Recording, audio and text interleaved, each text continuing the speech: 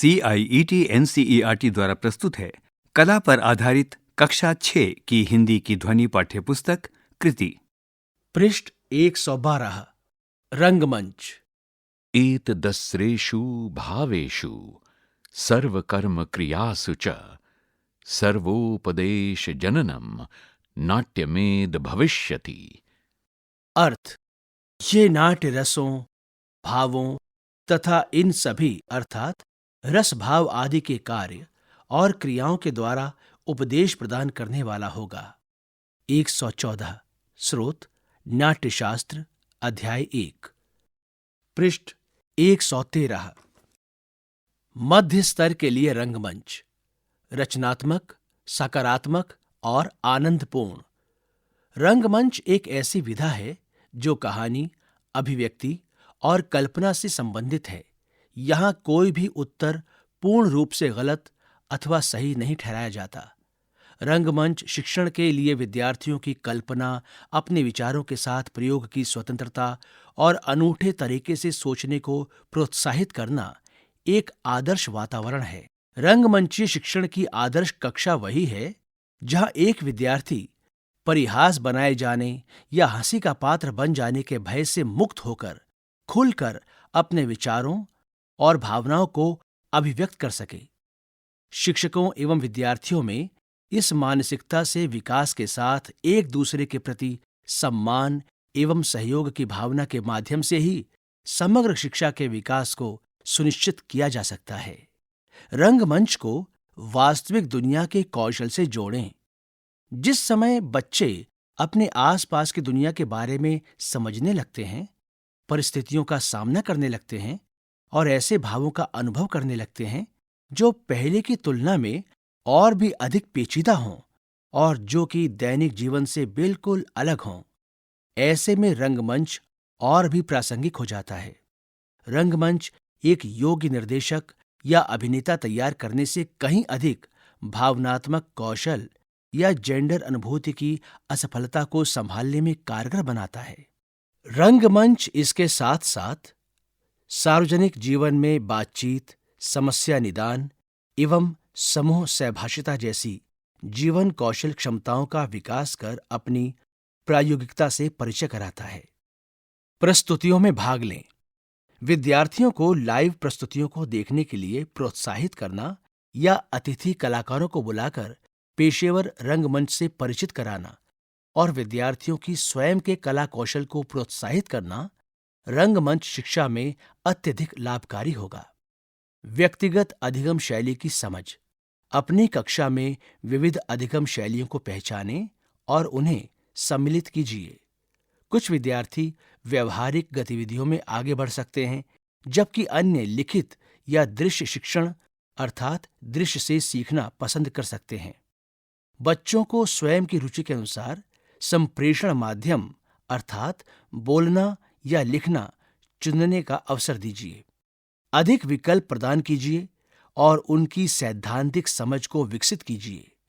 ये प्रक्रिया बच्चों में तनाव को दूर करती है। इससे उनकी स्वतंत्र सोच और रचनात्मकता समृद्ध होती है। सहभागिता पर बल। रंगमंच एक सामूहिक कला है। सामूहिक गतिविधियां, कौशल संवाद, सामूहिक प्रदर्शन, संयुक्त परियोजनाएं रंगमंच का आधार हैं। ये न केवल सामूहिक कार्यकौशल को विकसित करता है, साथ ही व्यक्तिगत चरित्र और बुद्धिमत्ता को भी बढ़ाता है। घेरा बनाकर चर्चा करना। शिक्षक को प्रत्येक कक्षा में नियमित रूप से एक गतिविधि करानी चाहिए। प्रत्येक कक्षा का अंतिम 10 मिनट का समय घेरा बनाकर चर्चा के लिए निश्चित हो। सभी विद्यार्थी अपने शिक्षक के साथ बैठेंगे और की गई गतिविधि पर अपनी प्रतिक्रिया एवं विचार अनौपचारिक रूप से साझा करेंगे। बच्चे तब आसानी से खुलते हैं जब कोई मूल्यांकन, परीक्षा या नंबर जुड़ा नहीं होता है। ये ऐसी महत्वपूर्ण जानकारी प्राप्त करने का एक उपयुक्त तरीका हो सकता है जो किसी औपचारिक परीक्षा से प्राप्त नहीं हो सकती है, लेकिन ये केवल बच्चों के लिए ही अनौपचारिक होगा। शिक्षक इससे अपने लिए टिप्पणी भी लेंगे जो अगले पाठ को तैयार करने के लिए उपयोग में लाई जा सकेगी। पृष्ठ 114 अध्याय 16 भावों का अनावरण। प्रस्तुत अवधारणाएं: जीवन में भाव, नाटक में भाव, भारतीय एवं पाश्चात्य दृष्टिकोण, मुखौटा बनाना। दृश्य 1, भावों को समझना। रंगमंच की कक्षा शुरू करने से पहले आप कैसा महसूस कर रहे हैं, ये दर्शाने के लिए एक शब्द लिखें। अब हम लोग भावों को खोजेंगे, अनुभव करेंगे और प्रयोग में लाएंगे। क्या आपको ये एक खेल की तरह लगता है? आइए अब हॉट सीट पर बैठते हैं। निर्देश: दी गई परिस्थिति, सिर नीचे, आंखें बंद, ध्यान से सुने। आपको एक कहानी सुनाई जाएगी जिसे ध्यान से सुनना है और उसके दृश्यों की कल्पना करते हुए उसमें डूब जाना है। कहानी अचानक रुकेगी और आपको एक शब्द सुनाई देगा। देखो, आपको जल्दी से ऊपर देखना है और उस स्थिति पर अपनी प्रतिक्रिया देनी है जहां कहानी रुकी थी। सामान्य स्तर: एक सरल स्थिति जो नाटकीय प्रतिक्रिया पर समाप्त होती है। उदाहरण 1, शुरुआती स्थिति में आप अपनी मां को यह बताने के लिए उत्सुक हैं कि स्कूल यात्रा की घोषणा हो गई है। आप सड़क पर चल रहे हैं, बारिश होने लगती है, आप दौड़ना शुरू कर देते हैं। यहां पर एक लड़की का चित्र है जो बड़ी प्रसन्न है। चूंकि आप ठीक से नहीं देख पाते, आपके कदम लड़खड़ा जाते हैं और आप नाले में गिर जाते हैं। अब देखो, यहां पर एक लड़की का चित्र है जो घबरा रही है। उच्च स्तर: कहानी पहली प्रतिक्रिया के बाद भी चलती रहती है। सब अंतिम प्रतिक्रिया में रुक जाते हैं और सुनना चलता रहता है और देखो पर प्रतिक्रिया देते हैं। कहानी में कई मोड़ लाए जा सकते हैं और कहानी में प्रत्येक मोड़ पर प्रतिक्रिया अभिव्यक्त करने के लिए कहा जा सकता है। पृष्ठ 115। उदाहरण 2, शुरुआती स्थिति में आप राजकुमारी हैं और घोड़े पर सवार होकर जंगल जा रही हैं। आपको पीछे से एक स्वर सुनाई देता है जो परिचित सा लगता है। आप पीछे मुड़ती हैं और देखती हैं कि आपको वो चेहरा जाना पहचाना सा लगता है।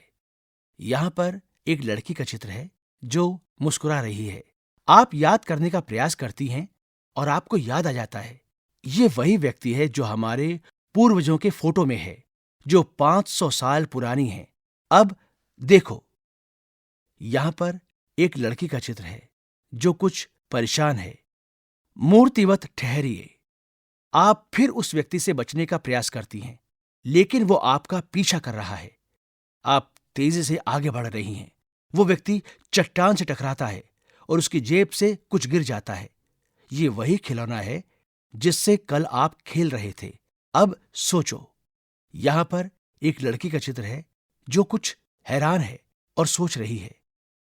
मूर्तिवत ठहरिए। आपका कल वाला खिलौना उस तक कैसे पहुंचा? ओह, याद आया, आपने उस महल के बाहर झाड़ियों में कहीं खो दिया था। आपका चचेरा भाई जो इससे खेल रहा था, उसी ने इसे छुपाया होगा। आप हिम्मत करते हुए कोट खींचकर उसका असली चेहरा सामने ले आते हैं। ये तो आपका शरारती चचेरा भाई है। यहां पर एक लड़की का चित्र है जो कुछ सोच रही है। विस्तारण: अब एक बच्चा स्वयं अपनी कहानी रचता है और शुरुआती स्थिति, मूर्तिवत ठहरिए और सोचिए का प्रयोग कर अपनी कहानी सुनाता है। अन्य बच्चे उस पर अपनी प्रतिक्रिया देते हैं। यहां पर एक चित्र है जिसमें एक अध्यापिका कुछ बच्चों के साथ एक घेरे में बैठी है। आइए घेरा बनाएं। आज की गतिविधि से हमने जो अनुभव प्राप्त किया, उन सभी भावों की एक सूची बनाएं। आपके अनुसार इनमें से सबसे जटिल भाव कौन सा था? क्यों? ऐसी कोई अनुभूति या भाव जिसे आप नाम नहीं दे सकते, क्या आप उसका वर्णन कर सकते हैं? क्या आप जानते हैं कि ऐसी भी कुछ परिस्थितियां होती हैं जब आप एक ही समय में दो भावों को महसूस करते हैं? पृष्ठ 116। उदाहरण के लिए, आप अपने दोस्तों के साथ खेल रहे हैं और आप हार जाते हैं क्योंकि उनमें से किसी एक ने खेल में आपके साथ धोखा किया था। क्या आपको पता है कि वो दोनों भाव क्या हैं? दुख खेल हारने के कारण और गुस्सा दोस्त ने धोखा दिया। आपके अंदर कौन सा भाव उत्पन्न होगा जब आप बारिश में किसी कुत्ते के बच्चे को भीगते हुए देखते हैं, लेकिन आप उसकी सहायता करने के लिए नहीं जा सकते क्योंकि आपको जुकाम है और बाहर मूसलाधार बारिश भी हो रही है।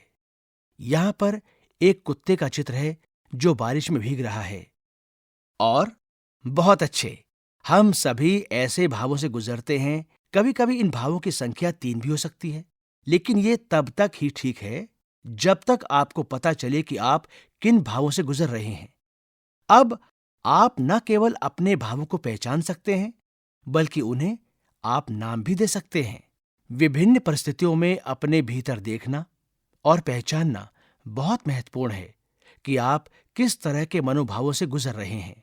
हम सभी अपनी दैनिक दिनचर्या में अनेक भावों को अनुभव करते हैं। इन भावों के संदर्भ में विद्वानों ने वर्षों से चिंतन किया है। आइए हम खेल खेल में विभिन्न भावों के नाम सूचीबद्ध करते हैं। ठहरो, अब सोचो, इस विषय पर वर्षों से काम करने वाले विद्वानों ने कितने भावों को सूचीबद्ध किया होगा? क्या लगता है, कितना होगा? 50, 100 या इससे भी अधिक? वास्तव में ये 9 हैं, केवल 9। कैसे? क्या आप अन्य के बारे में जानते हैं? वो लोग कौन थे? वर्षों तक अध्ययन, अवलोकन और विश्लेषण करने के बाद प्राचीन काल में हमारे ऋषियों ने भावों को कुल 9 रसों में वर्गीकृत किया। हमने जिन सभी भावों को समझा, अनुभव किया, क्या उन्हें 9 रसों में विभाजित किया जा सकता है? इसका विभाजन मुख्य रूप से 2 मूल तत्व, रस और भाव के आधार पर किया गया है।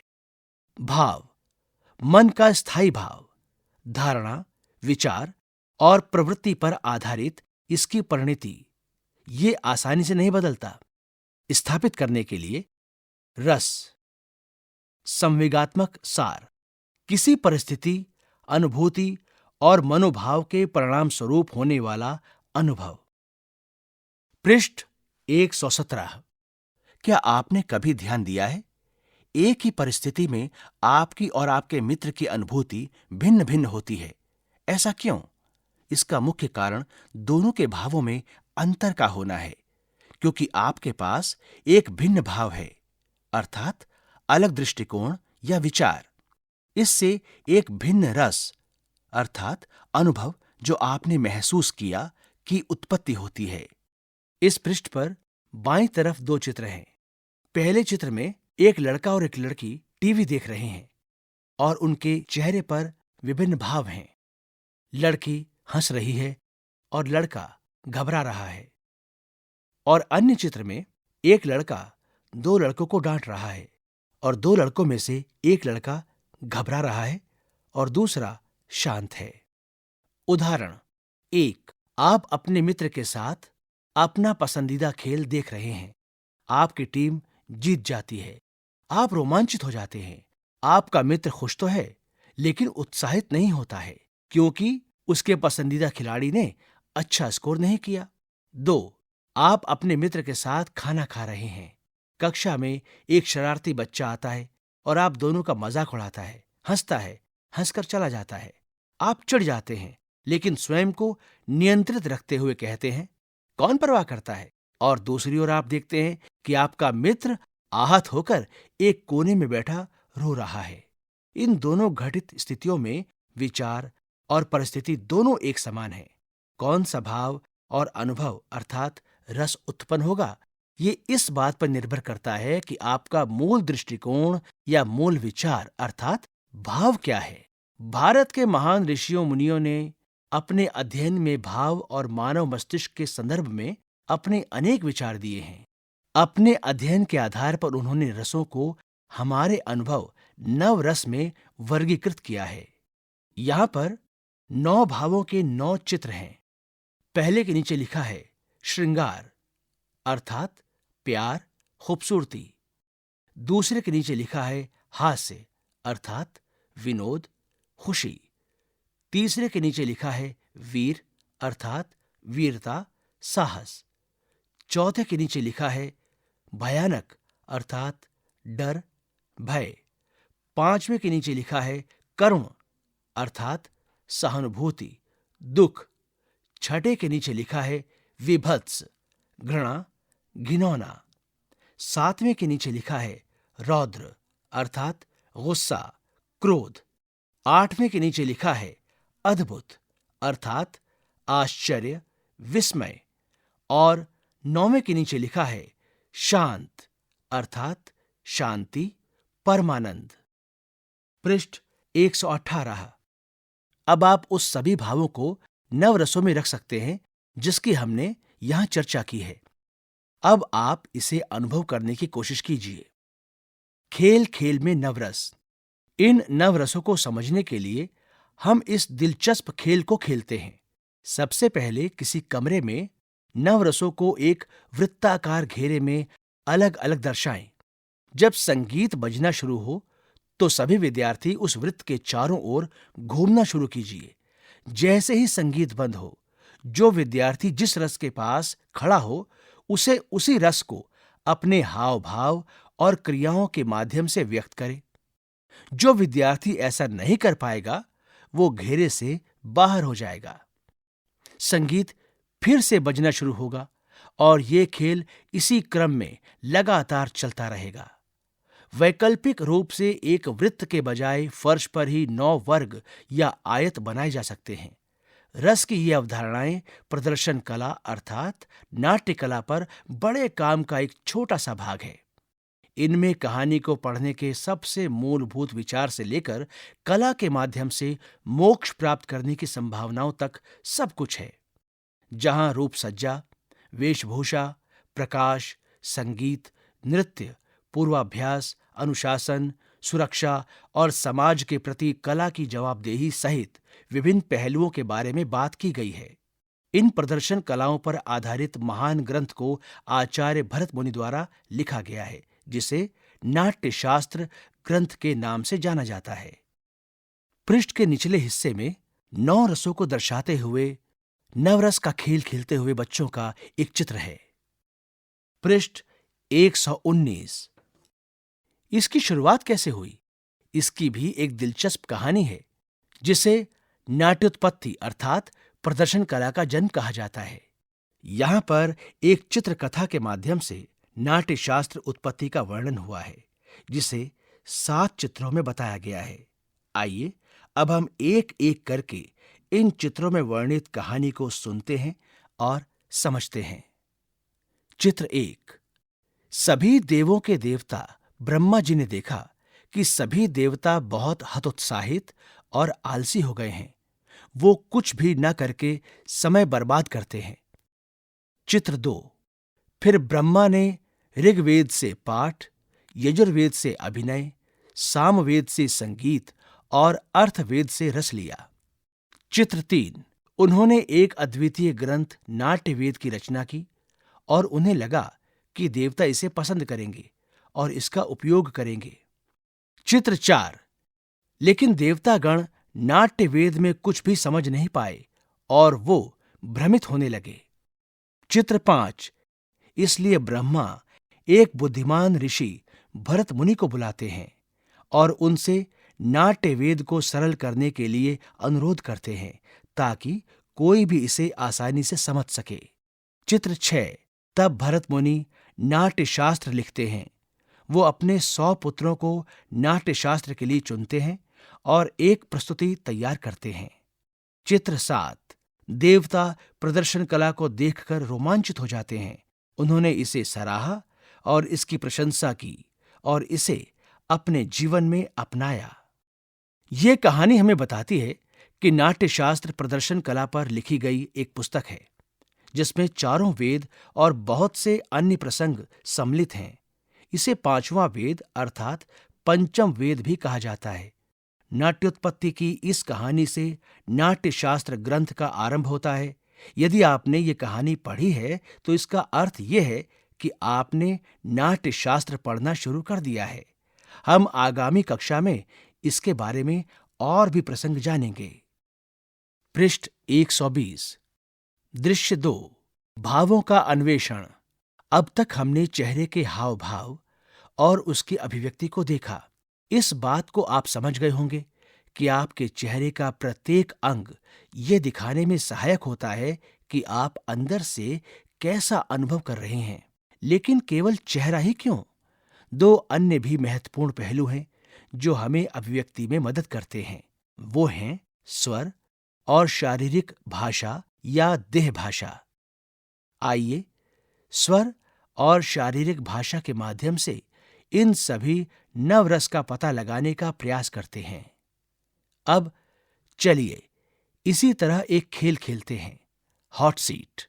लेकिन इस बार जब आप देखो शब्द सुने तो आपको प्रतिक्रिया देने के लिए अपने स्वर और शारीरिक भाषा का उपयोग करना होगा। क्या ये आनंददायी है? निर्देश: शुरुआती स्थिति है सिर नीचे, आंखें बंद, ध्यानमग्न। कहानी को ध्यान से सुने, कहानी में पूरी तरह रम जाएं। कहानी अचानक से रुक जाएगी और आपको देखो शब्द सुनाई देता है। आपको तुरंत ऊपर देखना है और उस स्थिति पर स्वर और क्रिया से प्रतिक्रिया देनी है। पृष्ठ 120 के बाईं तरफ एक शिलालेख का चित्र है जिस पर लिखा है नाट्यशास्त्र, 2500 वर्ष से अधिक पुराना। इसमें 6000 छंद, 36 अध्याय हैं और उसके नीचे ताम्रपत्र का चित्र है। किसी अन्य रस के लिए सरल चित्र बनाएं। रस का नाम रिक्त स्थान। इस पृष्ठ के निचले भाग में एक तालिका है। आइए तालिका को समझें। उदाहरण: रौद्र अर्थात गुस्सा, क्रोध। तालिका के पहले भाग में सबसे ऊपर लिखा है चेहरे की अभिव्यक्ति और रौद्र अर्थात गुस्से और क्रोध को दर्शाते हुए एक चेहरे का चित्र है। दूसरा भाग शारीरिक भाषा का है और उसके नीचे गुस्से और क्रोध को दर्शाते हुए शारीरिक भाषा का चित्र है।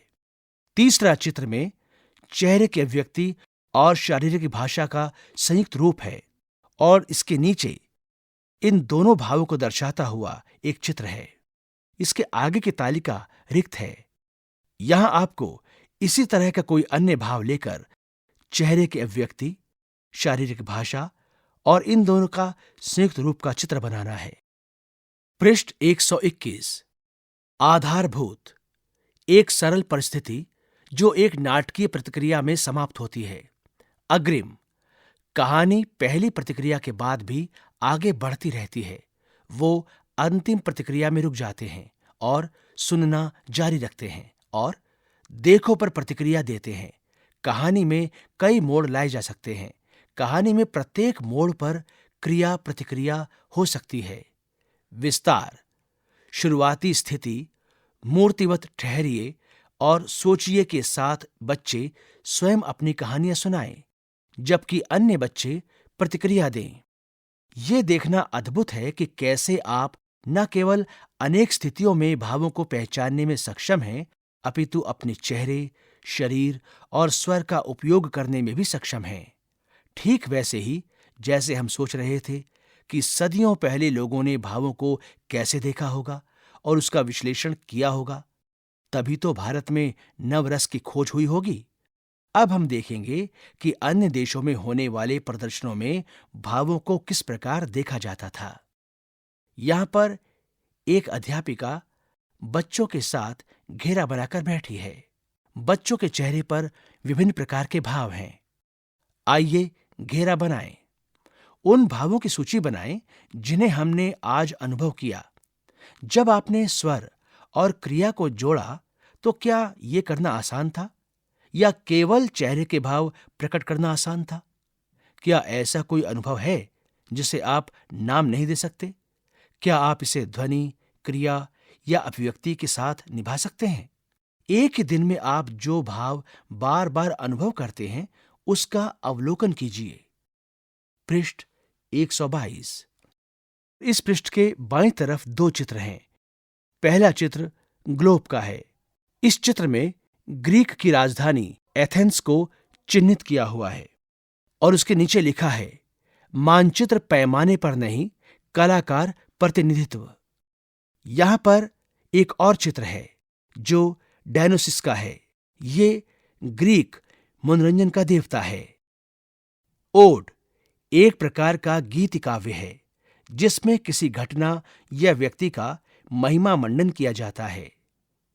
भारत के बाहर प्रदर्शन कलाओं का सर्वाधिक प्राचीन ज्ञात स्रोत ग्रीक रंगमंच है, जिसका काल 5वीं शताब्दी ईस्वी पूर्व माना जाता है। उर्वरकता और उल्लास के ग्रीक देवता डायonysius का पोषक अंगूर माना जाता था। उस समय ग्रीक के लोग अपने देवता को खुश करने के लिए डायनोसियन त्योहार मनाते थे। इस दौरान वो डायनोसिस की प्रशंसा में भजन गाते थे, जिसे डिथिरैम्ब कहा जाता था। गीत गाना और बकरे की बलि देना अनुष्ठान की एक परंपरा थी। बकरे की बलि अनुष्ठान के दौरान गाया जाने वाले गीत, जिससे ट्रेगोडिया अर्थात टैग ऑडिया शब्द का जन्म हुआ, जिसका अर्थ है बकरों का गीत, जिससे ट्रेजेडी शब्द का जन्म हुआ। इस शैली का पहला नाटक इन्हीं घटनाओं और कहानियों पर आधारित था। वो सब त्रासदी के नाटक थे। वो सब गंभीर और दुखद अंत वाले नाटक होते थे, जिसमें नाटक के मुख्य पात्र को या तो दंडित किया जाता था या मृत्युदंड दिया जाता था। ऐसी और भी कहानियां कई वर्षों तक प्रस्तुत की जाती रहीं। 4वीं शताब्दी ईस्वी पूर्व से कहानियों में बदलाव आना शुरू हुआ, जहां कहानी के अंत सुखद और कहानी में आनंद होता था। यहीं से कॉमेडी की शुरुआत मानी जाती है। ट्रेजेडी के समान ही कॉमेडी शब्द की उत्पत्ति ग्रीक शब्द कोमोस अर्थात आनंद और ऑडिया गीत से है। हास्य नाटक में अंत सुखद होता है। इन नाटकों में मनुष्यों, जानवरों और देवताओं के तत्व सम्मिलित होते हैं। इसमें नृत्य श्रृंखला, सीधा दर्शकों या नाटककार के साथ संवाद भी सम्मिलित हैं। ग्रीक रंगमंच प्रदर्शन की एक तस्वीर को देखें। आपने क्या देखा? तीनों कलाकारों ने मास्क पहन रखा है। मुखौटा ग्रीक रंगमंच का एक महत्वपूर्ण हिस्सा था। वो त्रासदी नाटक को प्राथमिकता क्यों देते थे, ये भी इसी कारण से जुड़ा हुआ है। यहां पर यूनानी नाटक का अभिनय करते हुए 3 कलाकारों का चित्र है, जिनके चेहरे पर मास्क हैं। पृष्ठ 123। त्रासदी वास्तव में गंभीर और दुखद है। क्या यूनानियों को हमेशा दुखी रहना और रोना पसंद था? नहीं, इससे उन्हें अपनी दबी हुई भावनाओं और दर्द को दूर करने में सहायता मिली होगी। इसे कैथारसिस अर्थात विरेचन कहा जाता है। आप उच्च कक्षा में इसके बारे में और जानेंगे। मुखौटा चरित्र को चित्रित करने में सहायता करता है, ना कि अभिनय करने वाले व्यक्ति को। ये मुखौटे तो आपने कई बार देखे होंगे, लेकिन आपको क्या लगता है वो क्या दर्शाते हैं? हमने जो अध्ययन किया है, आप उससे इसका अनुमान लगा सकते हैं। यहां पर एक चित्र है जिसमें अलग अलग भाव के 2 मुखौटे हैं, त्रासदी और हास्य। अगली बार जब आप ये मुखौटा देखेंगे तो आपको इसके पीछे की कहानी पता चल जाएगी। इस पृष्ठ पर ऊपर की तरफ एक अध्यापिका एक घेरे में बच्चों के साथ बैठी है। आइए घेरा बनाएं। 1. किसी स्थिति को समझने के लिए आपने अपने भाव और रस के विचार का कैसे अवलोकन किया, इसका एक उदाहरण दीजिए। 2. नवरस प्राचीन भारत से और त्रासदी हास्य प्राचीन ग्रीक से को जोड़ने का प्रयास कीजिए। किस रस को त्रासदी और हास्य में समावेश किया जा सकता है?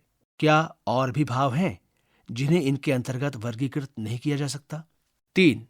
उन सभी भावों की एक सूची बनाएं जिससे आप एक दिन में गुजरे थे। प्रत्येक को रस के समान नाम दीजिए। 4. जब आप कोई कहानी पढ़ते हैं तो उन सभी भावनात्मक क्षणों को नाम के साथ चिन्हित कीजिए जिस पर चर्चा की गई है। पृष्ठ 124। गतिविधि, मुखौटे और भाव। आइए हम मुखौटों के माध्यम से भावों को समझें। मुखौटे चेहरे को ढक लेते हैं और चेहरा भावों को दिखाने का एक माध्यम होता है। फिर मुखौटे भावों को कैसे दिखा सकते हैं? मुखौटों में भाव और चरित्र दोनों निहित होते हैं, जिन्हें आप पहन सकते हैं और अभिनय कर सकते हैं। वैसे तो मुखौटे कई प्रकार के होते हैं, लेकिन हम उनमें से 2 के बारे में चर्चा करेंगे।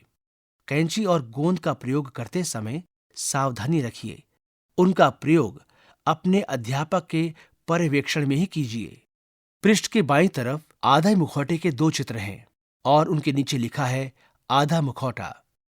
इनके नीचे ही एक अन्य मुखौटे का चित्र है जिसके नीचे लिखा है पूरा मुखौटा। गत्ते का मुखौटा, आधा मुखौटा, गत्ता, कैंची, गोंद और रंग। सबसे पहले चेहरे का एक खाका बनाएं। साथ में इस बात का भी ध्यान रखिए कि रेखांकित किए जा रहे चेहरे के दोनों ओर एक संतुलन बना रहे। इसका एक सरल तरीका यह है कि कागज को ठीक बीच से मोड़ दिया जाए। आंख और नाक को चिन्हित कीजिए। इस तरह से चेहरे के दोनों ओर के आकार संतुलित हो जाएंगे। आंख, नाक और कान या अपनी इच्छानुसार किसी अन्य विशेषता को जोड़ने के लिए भिन्न भिन्न आकृति और डिजाइन का प्रयोग कीजिए। रंगीन कागज और गोंद की सहायता से अनेकों रचनात्मक विशेषताओं को जोड़ा जा सकता है। गत्ते को चेहरे के अनुसार आकार देने के लिए पहले इसे मोड़ लीजिए एवं एक कोण से काटिए और फिर चिपकाइए। मुखौटे में रिबन या इलास्टिक बांधने के लिए कान के पास छेद कीजिए। पृष्ठ की दाईं तरफ मुखौटा बनाने के क्रमवार 4 चित्र हैं। पहले चित्र में कागज को आधा मोड़ा जा रहा है और उसके नीचे लिखा है चित्र और कागज को आधा मोड़ लीजिए। दूसरे चित्र में कैंची के साथ मुखौटा है और उसके नीचे लिखा है कैंची से रेखाओं को किनारे से काटिए। तीसरे चित्र में मुखौटे या गत्ते को हल्का मोड़ा गया है और उसके सामने लिखा है गत्ते को हल्का सा मोड़ने के लिए टेबल के किनारे का प्रयोग कीजिए।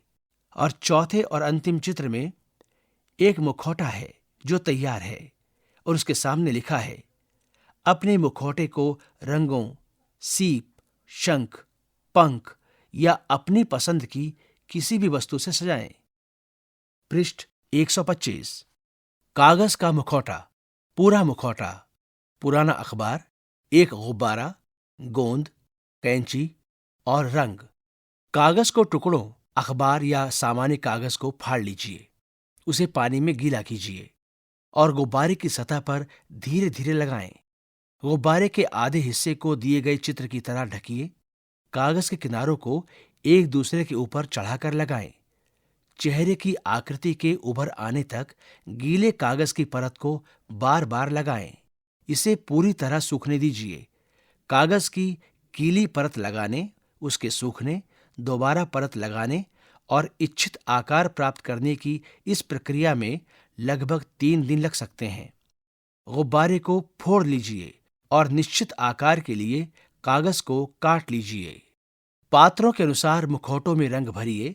विभिन्न भावों और चेहरे की मुद्राओं के लिए भिन्न भिन्न रंगों का प्रयोग कीजिए। सामान्य रूप से एक मुखौटा विभिन्न उद्देश्यों की पूर्ति करता है। प्रदर्शन कलाओं में मुखौटों का कई तरह से प्रयोग किया जाता है तथा इसे भिन्न भिन्न सांस्कृतिक उत्सवों और नाट्य परंपराओं में देखा जा सकता है। चाहे किसी पात्र, सांस्कृतिक प्रतीक या किसी गहरे अर्थ को व्यक्त करना हो, मुखौटे प्रदर्शन कला की दुनिया में एक शक्तिशाली और बहुमुखी उपकरण होते हैं। भारत में 50 से अधिक प्रकार की मुखौटों की पहचान की गई है। पृष्ठ की बाईं तरफ सबसे ऊपर मुखौटा बनाते हुए 2 लोगों के चित्र हैं। इस पृष्ठ के नीचे गुब्बारे की सहायता से मुखौटे को बनाया जा रहा है। पहले चित्र के नीचे लिखा है गुब्बारे पर गीले कागज के टुकड़े 5-6 परत लगाएं और आखिरी परत गोंद के साथ लगाएं। दूसरे चित्र के नीचे लिखा है अच्छे से सूख जाने के बाद गुब्बारे को फोड़कर बाहर निकाल लीजिए। तीसरे चित्र के नीचे लिखा है आकार को स्पष्ट करने के लिए बाह्य रेखा को काटिए। इसमें आप बड़ों की सहायता ले सकते हैं। और चौथे चित्र के नीचे लिखा है अब मुखौटे को रंगों व अन्य सामग्रियों से सजाएं। पृष्ठ 126। सामूहिक गतिविधि। 3-4 विद्यार्थियों का एक समूह बनाएं। नवरस से किसी एक रस का चयन कीजिए। अपनी स्थानीय संस्कृति से किसी डिजाइन की पहचान कीजिए। उस स्थानीय संस्कृति के आधार पर संबंधित रस भाव में एक मुखौटे का निर्माण कीजिए। टिप्पणी। निर्माण के लिए चुन सकते हैं गत्ते वाला पूरा मुखौटा, गुब्बारे के साथ कागज वाला मुखौटा। उदाहरण सांस्कृतिक, इसमें महाराष्ट्र की जनजातीय डिजाइन और वर्ली कला है। भाव, भौहों और आंखें क्रोध का भाव प्रदर्शित कर रही हैं, अर्थात रौद्र। और इसी भावों को दर्शाता हुआ इसके नीचे एक चित्र दिया गया है। यहां कुछ उदाहरण दिए गए हैं। यहां पर अलग अलग भावों के 2 चित्र हैं और उनके ऊपर लिखा है भावों का प्रदर्शन। पहले चित्र में हास्य और हर्ष का भाव है और उसके नीचे लिखा है हास्य हर्ष। दूसरे चित्र में क्रोध का भाव है और उसके नीचे लिखा है क्रोध। यहां पर 2 अन्य चित्र हैं। ये सांस्कृतिक प्रदर्शन के चित्र हैं। पहले चित्र के नीचे लिखा है पुरुलिया छऊ, ये पश्चिम बंगाल का नृत्य है। और दूसरे चित्र के नीचे लिखा है चाम, ये लद्दाख का एक नृत्य है। पृष्ठ के निचले भाग में एक अध्यापिका का कुछ बच्चों के साथ चित्र है। बच्चों ने अपने चेहरे पर अलग अलग भावों के मुखौटे लगा रखे हैं। अध्याय 16 समाप्त। अभी आप सुन रहे थे कक्षा 6 की हिंदी की ध्वनि पाठ्यपुस्तक कृति। वाचन स्वर प्रवीण शर्मा, ध्वनियांकन मंजू कुमारी, निर्माण सहयोग अरशद अहमद, निर्देशन तथा निर्माण विमलेश चौधरी। यह ध्वनि पुस्तक CIET NCERT नई दिल्ली भारत द्वारा प्रस्तुत की गई।